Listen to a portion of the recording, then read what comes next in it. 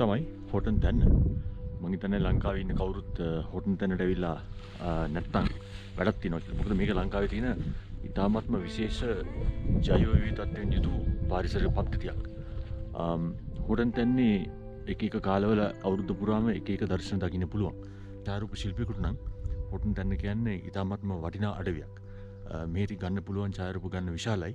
ඒ වගේම අවුරුදු එක එක කාලවල ආවොත් මීදුම සහිත වැස්ස, අවුව, ඒ වගේම හරිත වර්ණ, දුමුරු වර්ණ මේ ආදී ඡායාරූප විශාල ප්‍රමාණයක් ගන්න හැකියාව තියෙනවා. දැන් නම් වෙලා උදේ 6 මාට විතර ඇති. අද මම උදේ යන්න බලාපොරොත්තු වෙනවා තොටුපළ කන්දට. මෙතන ඉඳන් මගේ ගමන ආරම්භ වෙනවා.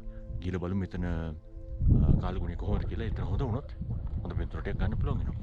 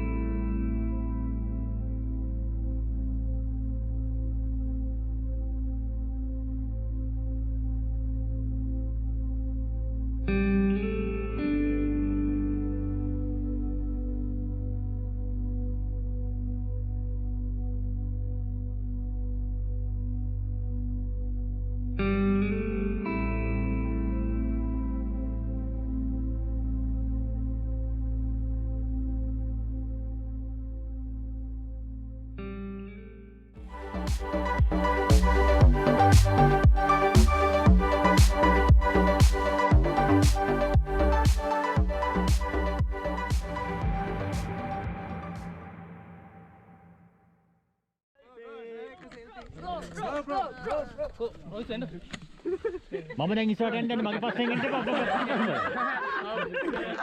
මම යන්නේ මාත් එක්ක මුක් පිටිපස්සෙන්. රොයිස එන්න.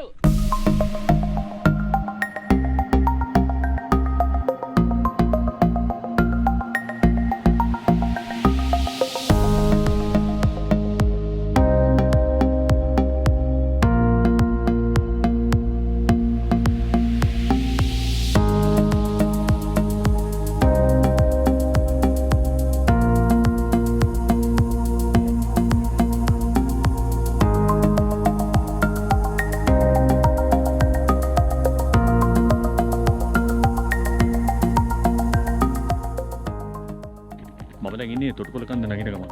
තොටුපළ කන්ද කියන්නේ හොටන් පේන්ස් යන පාරෙම ඉතින්ම හැරලා යන්න පුළුවන් කන්දක්. කිලෝමීටර් 2ක වගේ දුරක් තමයි යන්න තියෙන්නේ. හරිම ලස්සන රූට් එකක්. ටිකක් අමාරු යන්න හැබැයි.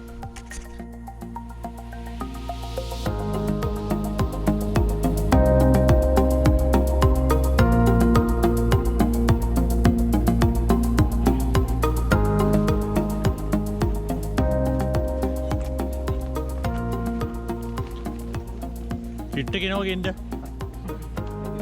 ඔව් ෆිට් නැති වුණා. මෙතනින් පස්සේ මැරලා යනවා කමන්නේ. ඔව්. මැරලා ගියත් කමන්නේ මේකෙන් පස්සේ. ගානක් වද්දතු ඉන්නේ. හැමදාම යනවා වගේ ඉන්නේ.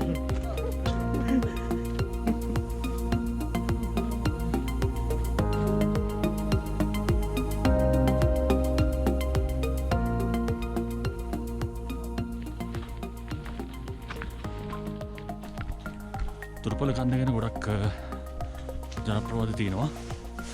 ඒත් සාමාන්‍යයෙන් මේ කන්දට ගොඩක්ම එන්නේ කන්ද උඩ නැගලා බලලා ඒක ලස්සන බලන්න කැමති කට්ටිය. අද පොඩ්ඩක් වෙහෙනුරක් වගේ තියෙනවා.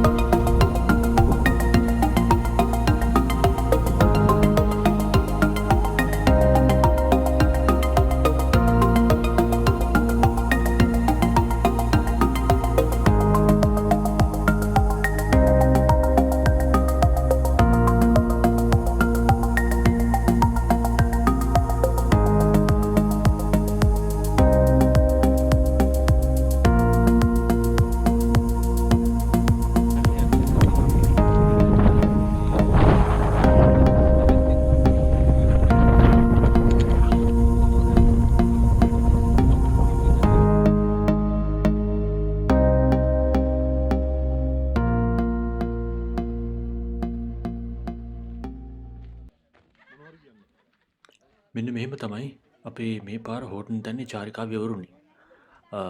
මේ පාර තොටුපළ කන්දේදී නම් ගොඩක් පින්තූර ගන්න බැරි වුණා.